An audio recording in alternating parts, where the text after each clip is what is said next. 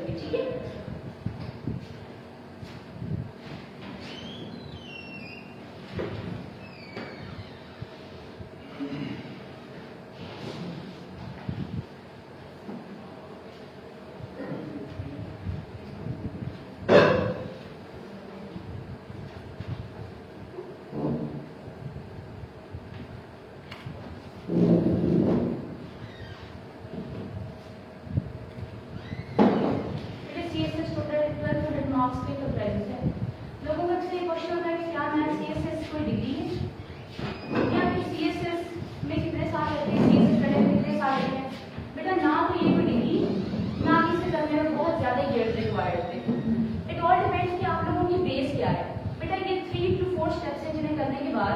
आपको लगता है कि yes, you are standing on the position where I am standing now.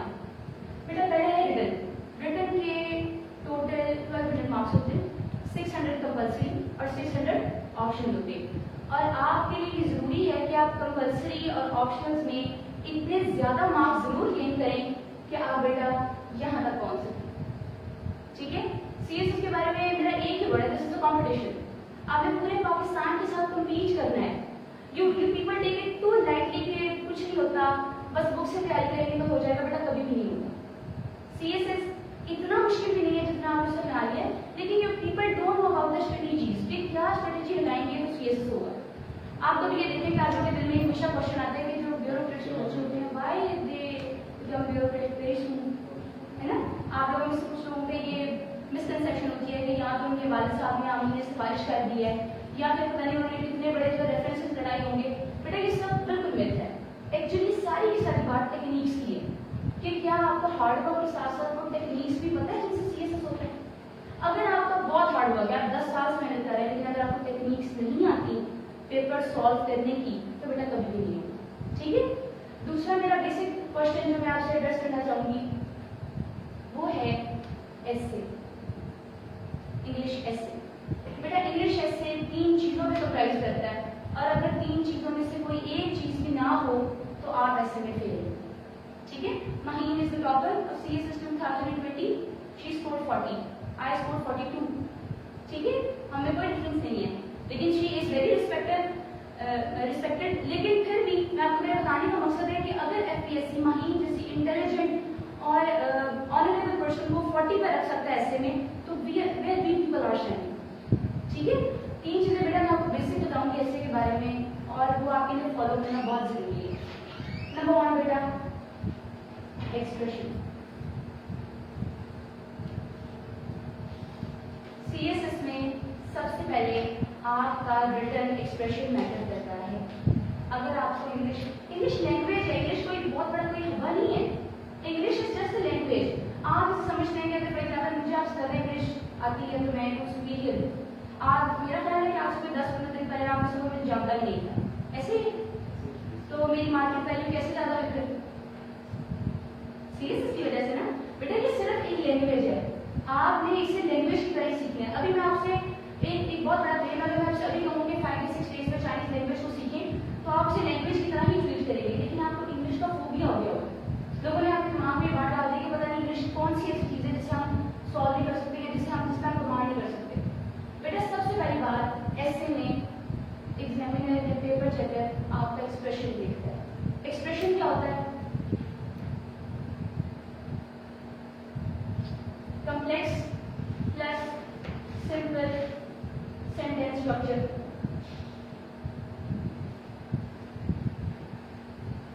Plus vocabulary. समझ आइए क्या?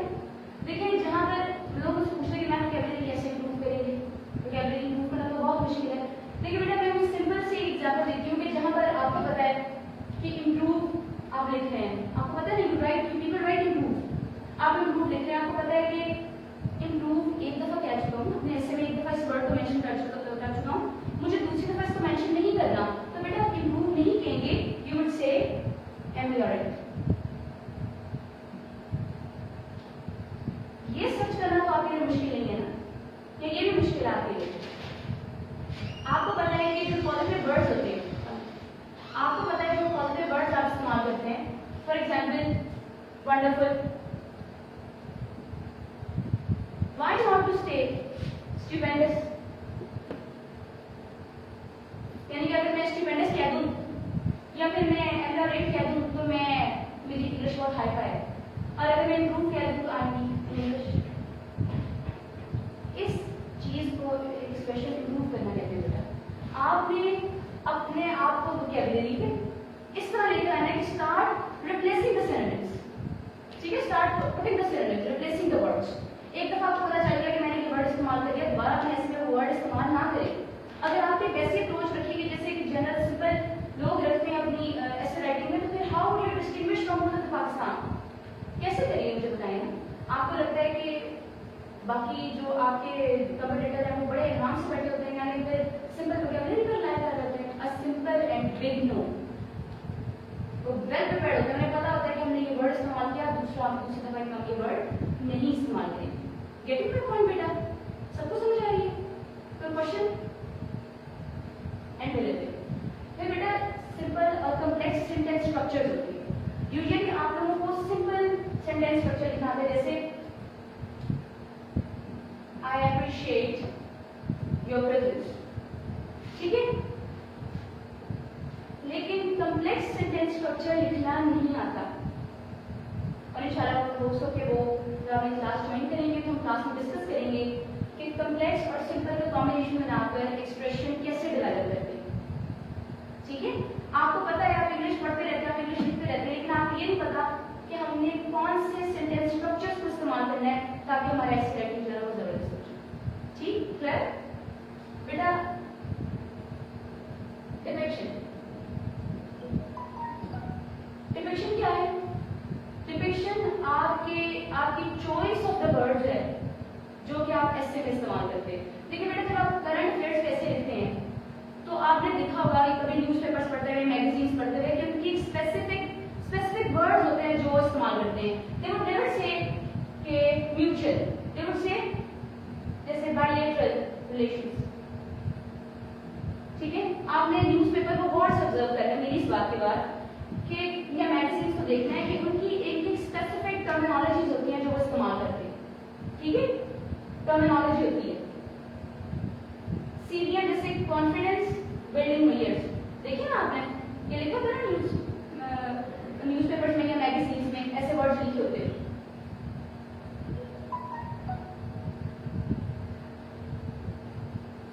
ये वो टर्मिनोलॉजीज होती हैं जो कि बेटा ऐसे में इस्तेमाल करते हैं, ठीक है, समझ आ रही है बेटा? तो प्रॉब्लम अगर आपके ऐसे में ये नहीं है तो इसका मतलब we are very very weak in expression तो हमारा बहुत खराब है, इसलिए सीएसएस हमारे लिए नहीं है, ठीक। I want to be a real person too, मैं नहीं चाहती कि आपको किसी किस्म के जो है ना वो धोखे में रखा जाए कि आपको कहा जाए कि ऐसे तो बस ऐसे हो जाएगा वैसे हो जाएगा। नो, ऐसे की टेक्निक्स हैं जिनको आपने फॉलो करना है। मैं मानती हूँ कि you have so much of the knowledge because knowledge is required, ठीक है। Knowledge is the second part that ऐसे कंप्राइज ऑफ, ठीक है, व्हिच ऐसे कंप्राइज ऑफ। तो नॉलेज के लिए क्या जरूरी है कि मुझे ये बताओ कि डेमोक्रेसी किन चीजों पे बेस करती है? नहीं, मुझे बताओ कि इससे रिलेटेड स्टैटिस्टिक्स क्या हैं, फैक्ट्स एंड फिगर्स क्या हैं। वुमेन क्या आपने कभी ऐसे तैयार किए? Anyone of you? इतने ज्यादा लोग बैठे हैं, आप में से किसी ने तो किया ही होगा, ठीक है। लेकिन अभी मैं पूछ लूं आपसे कि हम हमारा कंपैरिजन करें, बताएं कि हम किस रैंकिंग पे हैं वुमेन या ऑनर किलिंग में, तो आपको नहीं आता होगा। And I am pretty sure about it कि आपको नहीं आता होगा। क्यों? क्योंकि आपने वुमेन पैसे तो तैयार कर लिया, लेकिन आपको ये नहीं पता कि स्टैटिस्टिक्स, फैक्ट्स और फिगर्स के साथ उसे कैसे रिलेट करना है बेटा। देखिए, एग्जामिनर आपसे यही डिमांड करता है कि आप उसे एक साउंड एक्सप्रेशन दें, ठीक है, सिंपल सेंटेंस बना रहे हैं आप, इसे 90% सिर्फ सिंपल सेंटेंस स्ट्रक्चर लिखते हैं, इससे ज्यादा कुछ नहीं लिखते। वो आपसे एक्सपेक्ट करता है कि आप उसे कॉम्प्लेक्स सेंटेंस स्ट्रक्चर के साथ वोकैबुलरी दें और वोकैबुलरी के साथ प्रॉपर टर्मिनोलॉजी इस्तेमाल करें जो कि ऐसे की या किसी भी, फॉर एग्जांपल आपने वुमेन पे ऐसे लिखना स्टार्ट किया है तो वुमेन से रिलेटेड जितनी भी टर्मिनोलॉजी है आप वो इस्तेमाल करें। डेमोक्रेसी भी लिख रहे हैं तो डेमोक्रेसी से रिलेटेड जो यूज करें टर्मिनोलॉजी, ठीक। अगर आपने यूएस और चाइना को पकड़ लिया है एज एन ऐसे, जैसे पीएम इसका लास्ट टाइम आया था, तो बेटा उस पर बात करें। अगर आप बात नहीं करते तो फिर you are not in the 50th common, ठीक है, होप सो क्या होंगे इंशाल्लाह। बेटा एक तो ये बात होती है बेसिक नॉलेज की, ये भी लाजमी है। और स्टैटिस्टिक्स में आपने बेटा उससे अपडेटेड डाटा प्रोवाइड करना। अपडेटेड डाटा क्या होता है? जो करंट सिनेरियो करंट सैलरी, यानी समझ लें कि आपने मंडे वाले दिन ऐसे लिखने हैं तो संडे की रात को जो हुआ था दैट इज अपडेटेड डाटा। क्यों होता है बेटा? ऐसे ही है ना। अपडेटेड डाटा क्या होता है बेटा? ये नहीं होता कि मैंने महीने पहले जो मैं नोट्स बनाए थे मैं उसी में से ऐसे की तैयारी कर लूं। No, I would ask you people to prefer to go for the soft copy. ठीक है, सॉफ्ट कॉपी में नोट्स बनाए ऐसे रखेंगे और इतने ज्यादा वो ये कह रहे हैं कि प्रॉपर हो और उनमें आप डाटा जो है अपडेट करते हैं। यानी आपको पता फर्स्ट फेब को क्या हुआ था और 18 फेब को आपका एग्जाम। मैंने इससे पीछे नहीं जाना चाहिए आपको। फेब में एग्जाम है तो जनवरी तक जाना नहीं चाहिए। एग्जामिनर डिमांड्स यू टू, वो ये देखना चाहता है। अगर बेटा सीएसएस यही होता कि किताबें पढ़ लो, मेहनत कर लो, तो फिर तो हर एक क्वालिफाई कर जाता, हर एक बंदा क्वालिफाई कर जाता। क्या प्रॉब्लम है फिर? ये वाली प्रॉब्लम कि आप लोगों को ऐसे राइटिंग की टेक्निक नहीं पता। The third would be structure. क्या आपने अच्छा टीचर कभी गिराज बनाए? Why no? स्ट्रक्चर खराब होता है ना, स्ट्रक्चर खराब होता है। या फिर किचन में कभी आपने अपनी लाइब्रेरी बनाई हो तो you all are doing the same in the essay. आपको पता ही नहीं है कि एसे का एक स्ट्रक्चर होता है और उस स्ट्रक्चर को फॉलो करना है। अगर आप एसे में कमाल कर रहे हो, your expression is super, your knowledge is very very good, लेकिन अगर आपको स्ट्रक्चर नहीं मेंटेन करना आता तो यू वुड बी फेल्ड। आप इन तीन बातों पे अपने आप को पहले खुद जज करके देखिए कि क्या मेरा एसे इन तीन चीजों का है। अब बेटा स्ट्रक्चर क्या है? इंट्रो। इंट्रो मुझे एज ए मिरर दिखा दे कि एसे में क्या होने वाला है। इंट्रो मुझे दिखा दे कि अब एसे में क्या बात होने वाली है। This is actually the crux of the essay. ठीक, अगर मैं आपसे सिंपल ऐसे की बात करूं, ऐसे के नंबर ऑफ मेथड्स हैं, ऐसे लिखने के बहुत ज्यादा मेथड्स हैं। स्पेसिफिक टू जनरल है, जनरल टू स्पेसिफिक है, एनेक्डोटल है।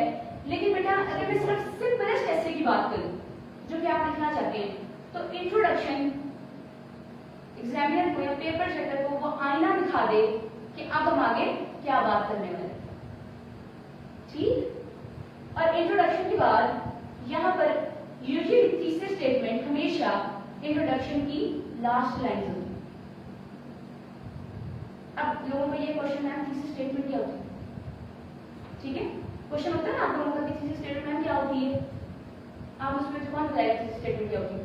जो बेसिकली क्वेश्चन में गिवन होता है उसके ही पोर्शन को वो तीसरी स्टेटमेंट देते हैं जो पूछा गया होता है आपसे।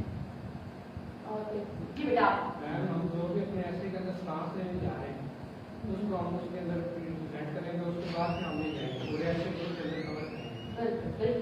बेटा तीसरी स्टेटमेंट वो स्टेटमेंट है कि अगर मैं कोई पैराग्राफ उठाकर देख लूं तो वो सीधा जाकर तीसरी स्टेटमेंट से मिल जाता। तो वो तीसरी स्टेटमेंट स्टार्ट में नहीं आनी चाहिए?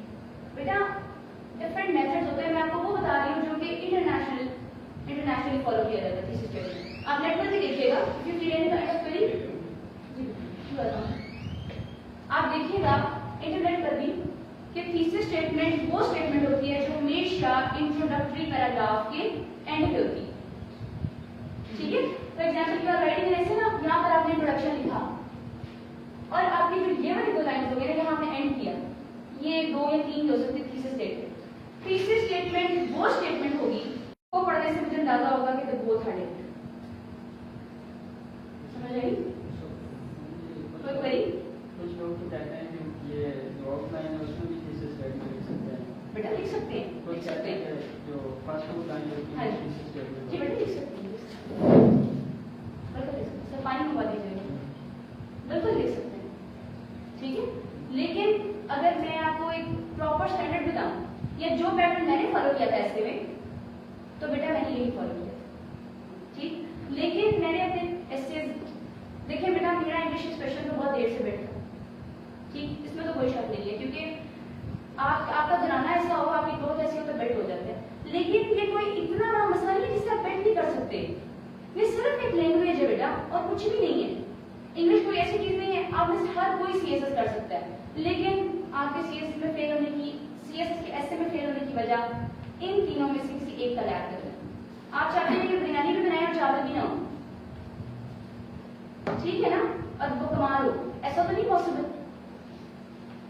इन चीजों के बगैर ऐसे नहीं हो सकता। और आप ये कहते हैं कि मैथ्स को कैसे चेक करेंगे, हमें कैसे अंदाजा होगा, तो बेटा आपको किसी अच्छे टीचर को या मेंटोर को चेक करवाने से लगा दो कि हम कहाँ स्टैंड करें। जब तक आपके पास प्रॉपर गाइडेंस नहीं होगी, जितनी मर्जी मेहनत करें, कुछ भी नहीं हो सकता। अब बेटा 2-3 बातें जो कि मैं आपको कंपल्सरी से रिलेटेड बताऊंगी, अगर आपको समझ आ गई तो मैं इसे रिमूव कर देती हूँ। हाँ हाँ, फॉर श्योर ले लें। कोई क्वेश्चन है इससे रिलेटेड, ऐसे राइटिंग से तो भी पूछिए बेटा। मैम मेरा क्वेश्चन है, क्वांटिटी होनी चाहिए या क्वालिटी ऑफ ऐसे भी होना चाहिए साथ, या दोनों का एवरेज बराबर होना चाहिए, ये थोड़ा सा बता दें। बेटा क्वालिटी होगी तो चल जाएगा, क्वांटिटी ना भी हो, ठीक है। I would an around like of 1500 to 1700 words, तो बी वेरी वेरी ऑनेस्ट बेटा, मुझे आपसे झूठ बोलने की जरूरत ही नहीं है। 3,500 वाली बात तो मेरे ऐसे में थी ही नहीं, ठीक है। आई वाज प्रीटी श्योर कि आप भी फेल्ड ऐसे, ठीक। लेकिन मुझे अंदाजा हुआ कि एग्जामिनर ने मेरी क्वालिटी को प्रेफर किया एज कम्पेयर टू क्वांटिटी। ये मेरा अपना एक्सपीरियंस है, ये नहीं कि मैं आपको किसी से लेकर बता रही हूँ, मेरा अपना एक्सपीरियंस है कि फर्स्ट अटेम्प्ट में सीएसएस एसए को क्रैक करने की यही वजह है कि बेटा मैंने इन तीनों को नहीं छोड़ा और इन तीनों को बार बार लिखकर चेक करवाया अपने टीचर्स को, अच्छे मेंटोर्स को चेक करवाया है नेशनल कोचिंग इंस्टीट्यूशन जी। अच्छा मैम, जो हम बात कर रहे हैं स्टैटिस्टिक्स और फैक्ट्स एंड फिगर्स की, जी बेटा। लेट्स सपोज कि मैं 20 पैराग्राफ लिखने जा रहा हूँ पेपर में, जी जी। तो मैं 20 पैराग्राफ के अंदर 20 स्टैटिस्टिक्स फैक्ट्स एंड फिगर्स है बेटा कम से कम 5 तो एटलीस्ट 5 लिखो, ठीक है। और तो क्वेश्चन मैम कुछ लोग ये भी कहते हैं कि फैक्ट्स एंड फिगर्स में ये ज़्यादा नहीं होना चाहिए, उससे रिसर्च तो पेपर बन जाता है या रिपोर्ट का एक्सप्रेशन जाता है। चलो अगर नहीं होनी चाहिए तो फिर मुझे बताओ पाकिस्तान में ऊपर कैसे आऊँ, तो मुझे सजेस्ट करो। मैंने बार बार कहा लोगों को ये नहीं पता कि सीएसएस क्या है बेटा, this is a competition, this is a competition. अगर मुझे स्टैट्स नहीं आते, फैक्ट्स एंड फिगर्स मुझे नहीं आते, ठीक है, मुझे ये सब चीजें नहीं आती, तो फिर आपको आती हैं, तो who would be the CSS qualifier? छोड़ दो इस बात को कि रिसर्च पेपर हुआ कहीं, तुम खुद बताओ, यू नो वेल कि मुझे बताओ मैं क्या करूं फिर कि इंग्लिश ऐसे में मैं क्लियर कर जाऊं, बाकी लोग नेवर ऐसे। जब तक मैंने एग्जामिनर को कुछ ऐसा ना बताया जो बाकी पाकिस्तान ने नहीं बताया, पाकिस्तानी पीपल ने नहीं बताया, बेटा मैं एडमिनिस्ट्रेशन में नहीं आ सकती, ठीक। अब आपको बताते हैं कि कंपल्सरी जो है ना, ये इसको आप इसको रिमूव कर दें। कंपल्सरी में आप क्या गलती करते हैं, ठीक है। ऐसे से रिलेटेड कोई और क्वेश्चन सर लाइव जो देख रहे हैं उनके क्वेश्चन भी लीजिएगा बाद में at the very end of the session. जी जी सर। हाँ गर्मी भी बहुत ज्यादा, ये पीपल भी बड़ी, यही लोग आगे आएंगे इंशाल्लाह। इंशाल्लाह क्यों नहीं। आपकी तरह मैं भी बैठ के टीचर्स पैसे सुनती थी और बड़ी परेशान होती थी कि पता नहीं होगा या नहीं होगा।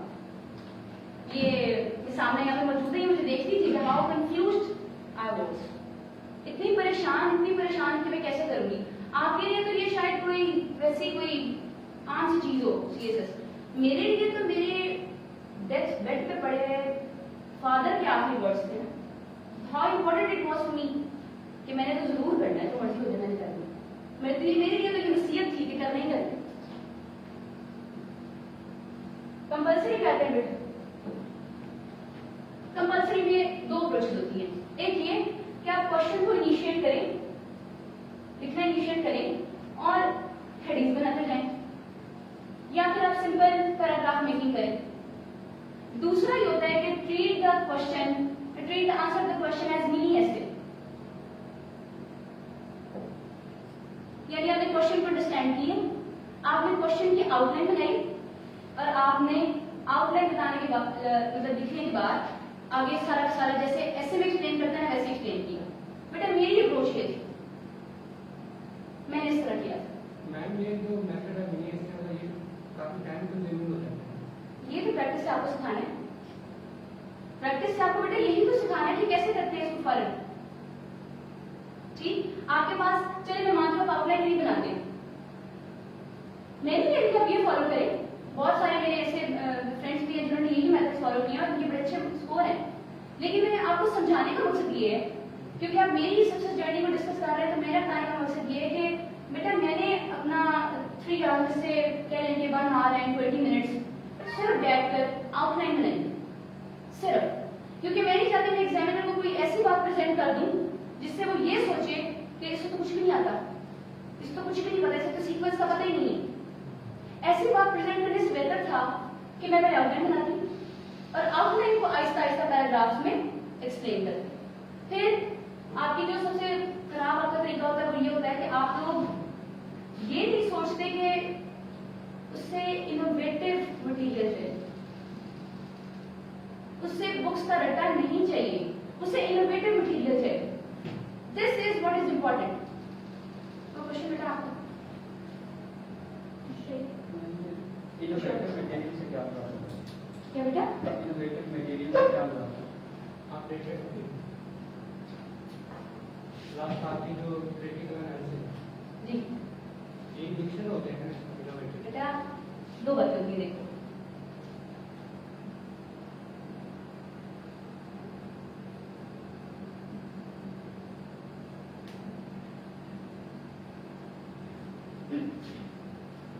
मैं पुलिस में एस की हूँ अंडर ट्रेनिंग, आपको पता है ना कि मैं एस की हूँ अंडर ट्रेनिंग। और शिकारपुर के डाकुओं के लिए मुझे भी यही कहना चाहिए, स्टेटमेंट देनी चाहिए कि आओ टैंक लेके चलते हैं। हाँ देखने के बाद क्या मुझे कहना चाहिए कि आओ टैंक लेके चलते हैं, या ऐसी कोई स्टेटमेंट देनी चाहिए? या फिर ये बता दें कि जिन डाकुओं को या जिन लोगों को साइबर क्राइम्स के जरिए पकड़ते हैं, जिन जराइम को, उन पर क्या मैं कॉपी पेंसिल चला सकती हूँ या रनिंग करके उन्हें पकड़ सकती हूँ? How ridiculous it is. आप एग्जामिनर को ये अप्रोच देते हैं या आप ये करने की कोशिश कर रहे होते हैं, वो आपसे पूछ रहे हैं कि मुझे बताएं साउथ चाइना सी की में कंफ्लिक्ट क्या है, for instance if is asking, और आपका क्या जवाब होता है आगे से? साउथ चाइना सी की कंफ्लिक्ट तब शुरू हुई, ठीक, अब शुरू हुई, फिर ऐसे हुआ, फिर वैसे हुआ, और जो उसने पूछा था वो आपने नहीं बताया। You people are not hitting the bull's eye. जो क्वेश्चन उसने आपसे पूछा है उसका जवाब आप नहीं देते, बल्कि जो बुक से आप रिटर्न गए होते ना हिस्ट्री के, आप ये बताते मैंने किसी किस्म की कोई हिस्ट्री प्रिपेयर नहीं की किसी भी सब्जेक्ट के लिए, सो आई हैव ब्रिटिश हिस्ट्री, और कंपल्सरी में तो बिल्कुल भी नहीं की। मुझे इस बात से फर्क नहीं थी कि अफगानिस्तान 1979 से पहले क्या था, मुझे पहले ये तो पता हो कि अफगानिस्तान में आज क्या हो रहा है। बेटा मेरे पास पेपर में इतना टाइम नहीं कि मैं इतना कुछ लिख दूं, इतना कुछ लिख दूं और उसे संभाल भी लूं। पेपर में अपने नॉलेज को, कुछ लोगों का मसला इनके पास नॉलेज ही नहीं होता, और कुछ का मसला ये उनके पास इतना नॉलेज होता है कि पेपर में संभाला नहीं जा रहा होता। दैट इज व्हाई आप लोग बाद में कहते हैं कि इतना कॉम्पिटेंट बंदा कैसे क्यों नहीं सीएसएस हुआ। मेहनती तो बहुत था, लेकिन बेटा उसको नॉलेज नहीं था किसको कैसे टैकल कर रहे। समझ आ रही? आपको इनोवेटिव सॉल्यूशंस क्या बता दें? इनोवेटिव सॉल्यूशंस बेटा वो होते हैं जो कि आपने करंट सिनेरियो को देखते हुए सजेस्ट करेंगे। You are going to be the civil servants, you are going to be the part of the bureaucracy of Pakistan, ठीक। आपसे पूछा जाएगा कि ये मसला इस शहर में हो गया, तो आप क्या कहेंगे? सर मैंने उस किताब को पढ़ा था, आप बताएं ना मुझे। आपको देखिए, अब अपने आप को उस पोजीशन में ला के देखिए कि यू आर एन ऑफिसर, आपसे आपके ऊपर वाले पूछ रहे हैं कि सुपरविजन में आप हैं कि बताइए कि ये मसला हो गया है, you are DC, AC, whatever, और एएसपी, एसएसपी, आपसे पूछा जा रहा है कि आप ये मसला हो गया, बताइए क्या करें। व्हाट वुड यू से? कि सर मैं आपको सोच के बताता हूँ जो मैंने किताब में पढ़ा था। आप ये कहेंगे कि अब तक जो मैंने सोचा है सर उसके मुताबिक करंट सिचुएशन ये है, और मेरा तज्जिया ये कहता है, मेरा एनालिसिस ये कहता है कि सर ये इसका सोल्यूशन होना चाहिए। समझ आई बेटा? ये बहुत इजी काम है, ये बिल्कुल भी मुश्किल नहीं है, ये काम बहुत बहुत इजी है। लेकिन आप लोगों को एक ट्रेडिशनल कंजर्वेटिव अप्रोच पता नहीं किसने सिखा दी है कि किताबें पढ़ लो, रट्टे लगा लो और सीएसएस में बैठ जाओ। सीएसएस में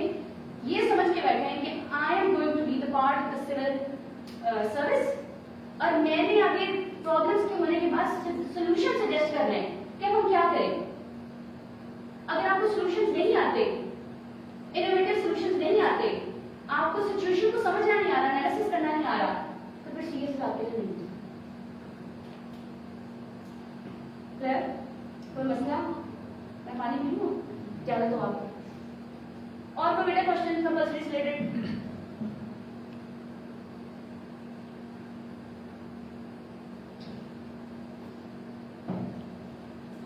इनमें कुछ और भी जरूरी है, इनमें मैथ्स बनाना भी जरूरी है, फिर से बात फैक्ट एंड फिगर्स देना भी जरूरी है, कोटेशंस के साथ उसे ब्यूटीफाई करना भी जरूरी है। अपडेटेड डाटा तो वैसे ही होगा।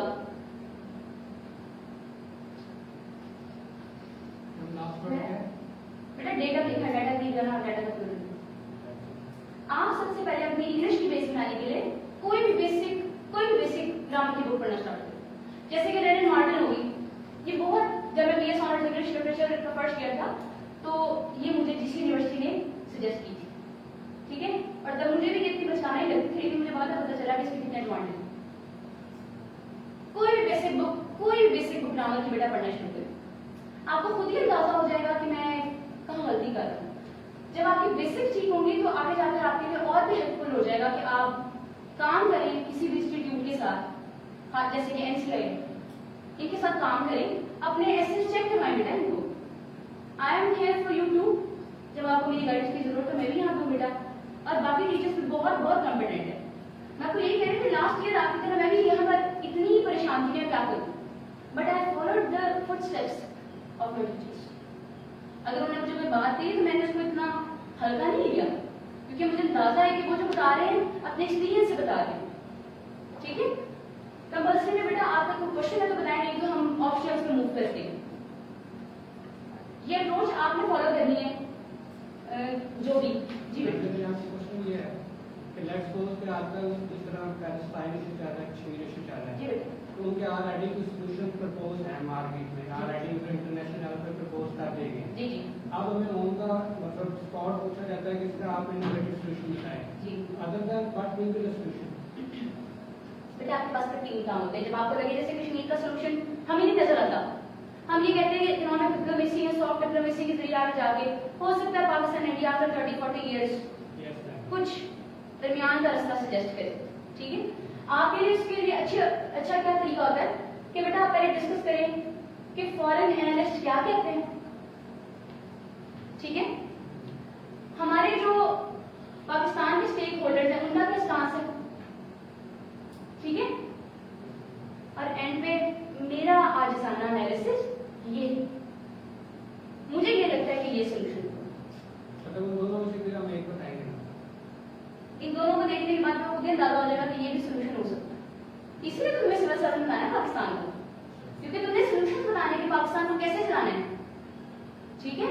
इसलिए आपको लगता है सीएस में बहुत पढ़ना पड़ता है। सीएस में बेटा पढ़ना बहुत पड़ता है, पर रेलिवेंट पढ़ो, वो चीजें ना पढ़ो जिसकी जरूरत नहीं, ठीक है।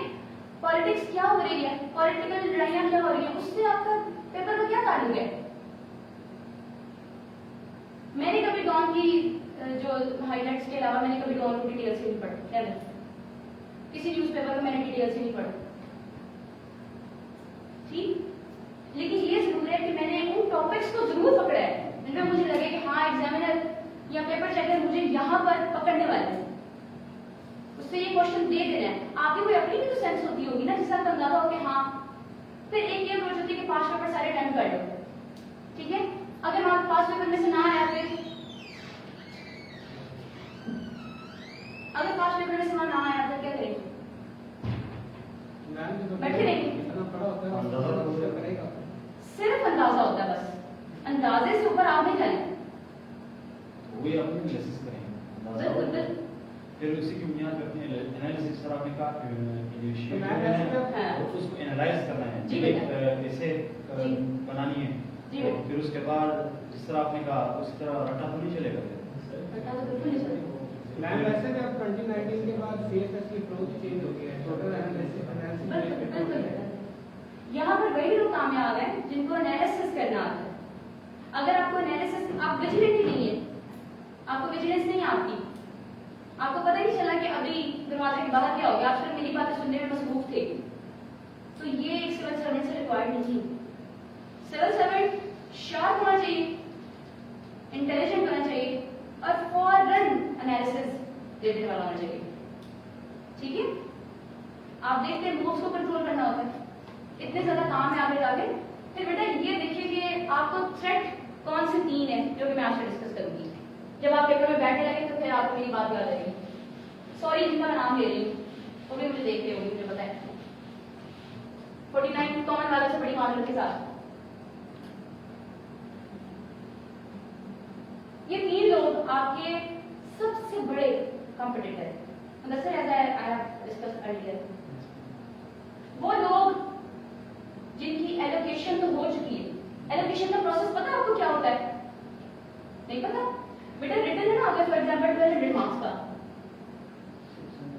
इसमें एक सेफ अप्रोच होती है कि आपके 650 टू 750 आ रहे हैं, ये थोड़ा सेफ होती है। बल्कि ज्यादा सेफ यही होती है कि आपके 700 से ऊपर ही आ जाए। ठीक, इसके बाद आपका साइकोलॉजिकल होता है, इंटरव्यू में आपके 300 मार्क्स होते हैं। तो जाओ ना बैठिए सारे सिंध केपीके और बलूचिस्तान में कंपटीशन तो है ही है। ठीक, वहां पर फॉर एग्जाम्पल 100 क्वालिफायर्स है ना, क्वालिफाई करिए रिटर्न 100 क्वालिफायर्स है, तो मान लेते हैं कि 50 सीट्स आ जाएंगी, 60 आ जाएंगी। पंजाब में डबल होता है, डबल रेट। पंजाब में बहुत ज्यादा ट्रबल है। अगर आप पंजाब के डोमिसाइल से हैं तो आप अंदाजा कर लें कि हाँ मैंने 3 मार ली है, I have qualified the return part, मैंने सारे पेपर दे लिए, मेरे 700 मार्क्स आ गए। अगर आपको इंटरव्यू में इतने मार्क्स ना मिले, आपने इंडियन चैनल देखे कभी पाकिस्तान में इंडियन चैनल, वो यूपीएससी के इंटरव्यूज और वर्ल्ड टाइम किसान के इंटरव्यूज, और इंशाल्लाह मुझे उम्मीद है कि ऐसे अभी अपने इंटरव्यूज अपलोड करेगा। तो ये इंटरव्यूज को गौर से देखिएगा कि पैनल आपको कितना स्ट्रेस में मुब्तला करता है। लगता है ऐसे कि बंदा आराम से बैठा हुआ है और पैनल उससे क्वेश्चन पूछ रहा है। वहां पर अपने आप को स्ट्रेस से बाहर निकालना बहुत बड़ी बात। और सीएसएस तो है ही स्ट्रेस और डिप्रेशन का दूसरा नाम। आपने अपने नर्व्स को कंट्रोल करना है। कभी कभी टेंशन में आपको क्वेश्चन की भी समझ नहीं आ रही होती, आपको क्वेश्चन की बिल्कुल भी समझ नहीं आ रही होती, कितनी आपको टेंशन होती है। ठीक है बेटा, एक तो वो लोग जिनकी एलोकेशन हो गई यानी वो मेरिट में आ गए, हो सकता है कि आपका रिटर्न क्वालिफाई है, इंटरव्यू में आपके अच्छे मार्क्स थे, लेकिन आप पंजाब में मेरिट में नहीं आए, जितनी सीट्स थी 100 सीट्स थी और 200 के करीब समझ में क्वालिफाई थे। आपकी एलोकेशन नहीं होगी, आपको जॉब नहीं मिलेगी, मतलब you would not be regarded as civil servant, आप घर जाएंगे वापस। वो लोग जिनकी एलोकेशन तो हो गई है लेकिन उनका ग्रुप थोड़ा सा नीचे आया। 3 एग्जेक्टिव ग्रुप्स होते हैं, टॉप 3 ग्रुप्स देखिए, पास, पीएसपी और FSP, Pakistan administrative service, police service Pakistan, foreign service Pakistan. ठीक है, ये 3 ग्रुप्स होते हैं। इसके अलावा भी बाकी भी ग्रुप्स होते हैं। ठीक, अगर आप इन 3 में नहीं आए, कुछ लोग कहते हैं कि हम वी आर नॉट सेटिस्फाइड, हमने 3 में आना है, इसके लिए हम दोबारा पेपर्स देंगे। पहले तो आपसे मुकाबले में वो बैठेंगे जो पहले रिटर्न क्वालिफाई कर चुके हैं, इंटरव्यू भी क्वालिफाई कर चुके हैं, सिविल सर्वेंट बन गए पाकिस्तान के, लेकिन वो कहते हैं हमें टॉप 3 ग्रुप्स में आना है तो हम दोबारा आएंगे। ठीक, अगले साल हम बैठेंगे। दूसरे वो लोग जो रिटर्न तो क्वालिफाई कर गए थे लेकिन उन इंटरव्यू के बाद उनका एग्रीगेट नहीं बना, वो मेरिट में नहीं आया। ठीक है, समझा रहे बेटा? क्लियर? अब बेटा तीसरे वो लोग जो 3-4 साल से तैयारी कर रहे हैं या फिर वो फॉरेन डिग्रीज लेकर आ गए हैं और इंग्लिश एक्सप्रेशन उनका बड़ा साउंड है, अब उन्होंने आपको सिर्फ पढ़ना है। ठीक है, ये इन 3 ग्रुप्स को दिमाग में रख के पेपर में बैठिएगा कि मेरा कंपटीशन इन लोगों से भी है। तो ये स्ट्रेटजी से तरीके आपको कौन सिखाएगा? टीचर सिखाएंगे, मेंटर सिखाएंगे। मेरे कहने का मकसद ये नहीं कि आप मुझसे पढ़ें, मेरे कहने का मकसद ये है कि आप पढ़ें और डायरेक्शन प्रॉपर रख के पढ़ें। आप 5 साल मेहनत करते हैं लेकिन आपको डायरेक्शन नहीं आती, क्या फायदा? आपको ये नहीं पता कि ये चीजें फॉलो करने की क्या फायदा? एग्जामिनर मुझसे कुछ भी नहीं, it took me almost 4 to 5 months for preparation, बस इससे ज्यादा नहीं। किसी भी बंदे को, आम बंदे को उससे ज्यादा लगते भी नहीं है। ये सारी बातें होती कि मैं 5 साल पढ़ता था 6 साल पढ़ता था, बिल्कुल गलत। सिर्फ इतने ही लगते हैं डेडिकेटेड, ठीक है, लेकिन ये भी बड़े अच्छे तरीके से लगने चाहिए।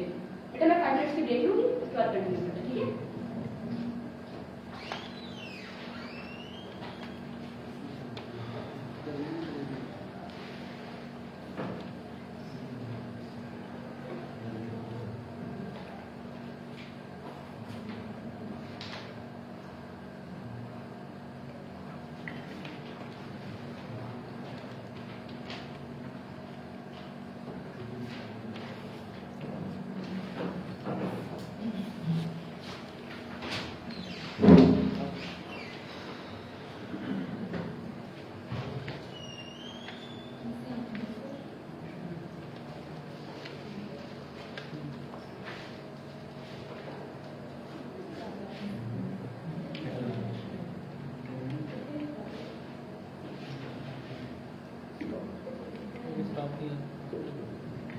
फोन कर रहा है तो मैंने उसको अच्छा किया।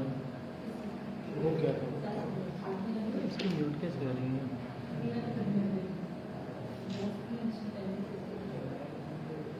कॉल कंटिन्यू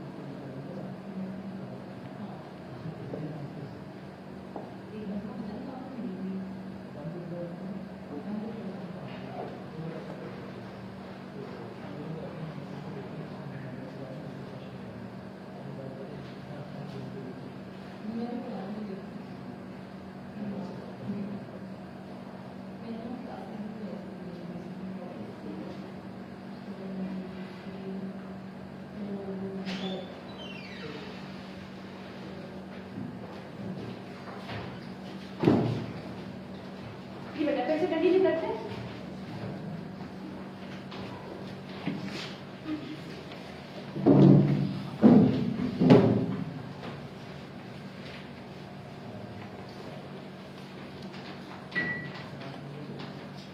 चलिए बेटा ऑप्शन से बात करेंगे।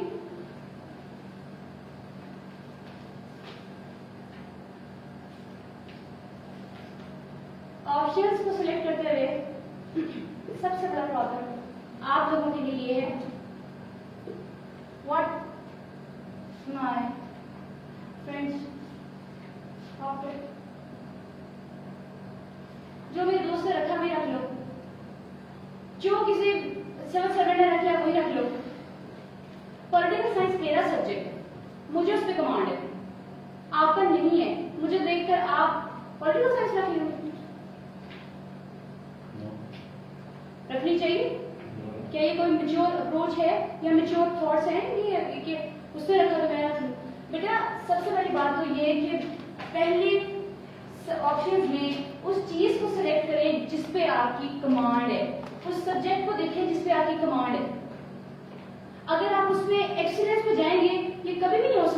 अच्छा स्कोर ना करें। छोड़ दे बाकी बातों को कि आपको कोई क्या कह रहा है। आप ये देखेंगे अगर आपके किसी सब्जेक्ट पर कमांड है तो उसे जरूर रखिए बेटा उसको। दूसरा, लैंग्वेज की तरफ जाए, लैंग्वेज को रखिए एज ऑप्शनल। आप पंजाब के हैं तो पंजाबी रखिए, सिंध के हैं तो सिंधी रखिए, जरूर रखिए बेटा, क्योंकि लैंग्वेज में अगर आप थोड़ी सी भी मेहनत कर लेते हैं तो लैंग्वेज आपको देखिए कहां से मार्क्स देती है। इस बार मेरे बैच में भी क्रिमिनोलॉजी में लिखें, जैसे यूजुअली स्कोर 36, 40 ऐसे रहा है, और अगर मैंने इसकी जगह पंजाबी रखी थी तो आई गॉट 83। सीएसएस में एक नंबर इंपॉर्टेंट है, एक नंबर इंपॉर्टेंट है। अगर आप लैंग्वेज रखें एज ऑप्शनल और उस पर मेहनत करें और तैयारी करें तो ऐसा हो नहीं सकता कि आप रह जाए। देखिए मैं मानती हूँ कि आप कहते हैं मैम मुझे सोशियोलॉजी बहुत अच्छी आती है, ठीक है आपको आती होगी, लेकिन अगर सोशियोलॉजी में बहुत कमाल रखने के बावजूद भी आपको पता है कि लैंग्वेज में थोड़ा पढ़ के मेरे इतने नंबर आ जाएंगे, तो why don't you people go for the language? क्यों नहीं रखते लैंग्वेज? इसलिए कि मुझे पंजाबी लिखनी नहीं आती। आपको सोशियोलॉजी कौन से पहले से आती थी? या सोशियोलॉजी में एक्सपर्टीज लेके पैदा हुए थे? थोड़ा सा काम करोगे तो आ जाएगी। पंजाब बोर्ड में मेरी ये सजेशन है, पंजाबी को जरूर रखें एज सब्जेक्ट और उस पर थोड़ी सी मेहनत करें, लिखेंगे तो इंशाल्लाह आ जाएगी। दूसरा बेटा, अगर आप कोई भी आईआर रखते हैं या कोई भी आपका पॉलिटिकल साइंस आपका सब्जेक्ट है मेजर, तो बेटा आप देखिए प्लेटो के जो कंसेप्ट हैं आप सारे एक्सप्लेन कर देंगे। मुझे पता है प्लेटो के कंसेप्ट ये हैं, इंटरनेशनल रिलेशंस की थ्योरी ये है, लेकिन आप उसे करंट सिचुएशंस पे या स्टेटस को पे अप्लाई नहीं करेंगे। ठीक, जब आप ये तो बता देते हैं कि 1948 में जंग हुई थी, लेकिन ये नहीं बताते कि 2021 में उसके असरात क्या हैं, तो फिर आप पेपर में खुश नहीं कर सकते पेपर चेकर को। समझ आ रही बेटा? आप ऑप्शंस को किताबों से तैयार ना करें, ऑप्शंस को इंटरनेट से तैयार करने या किताबों से तैयार करने के साथ साथ करंट सिनेरियो में उसकी एप्लीकेशन भी देखें कि क्या वो करंट सिनेरियो में एप्लीकेबल है या नहीं है। ठीक, कोई प्रॉब्लम नहीं आता? मुझे लगता है आज के लिए इतना काफी है। ठीक है, आपकी जो भी क्वेरीज और होंगी वो भी जरूर आंसर करेंगे। जो ऑनलाइन है सर उनके छाने कोशिश करती हूँ कि इनबॉक्स कर दें। बेटा आपकी गाइडेंस के लिए और आपको प्रॉपर डायरेक्शन देने के लिए नेशनल कोचिंग इंस्टीट्यूट आपके लिए 7 मंथ्स का प्लान लेकर है। ठीक है, या तो होप्स हो कि आप मेरे साथ में आपके साथ काम करूं और आप यहाँ पर काम करें, यहाँ पर पढ़ें, ताकि आपको अंदाजा हो कि किस डायरेक्शन में बढ़ना है। अगर आप सोचते हैं कि घर बैठकर सीएस हो जाएगा तो बिल्कुल हो जाएगा। ठीक, अगर आपको 100% श्योर है कि हाँ मुझे डायरेक्शन आती है, मुझे पता है कि किस तरफ जाना है, आपके मैम मशवरे की बिल्कुल जरूरत है, तो फिर तो बिल्कुल जरूर घर बैठे। मैं आपसे बिल्कुल नहीं कहूंगी यहाँ। लेकिन अगर आपको बेटा यही नहीं पता कि किस डायरेक्शन में पढ़ना है, आपको इतना पता है कि सर सैयद के ये काम थे, आपको नहीं पता कि सर सैयद को पढ़ना किस डायरेक्शन में है, तो ये सिखाने के लिए टीचर्स आपके यहाँ पे मौजूद है। और इंशाल्लाह उम्मीद है कि 7 मंथ प्लान में आप कुछ अच्छा कर जाएंगे और आपको आपसे मेरी मुलाकात 50th कॉमनर्स के साथ। ठीक है, इंशाल्लाह। थैंक यू बेटा, थैंक यू सो मच।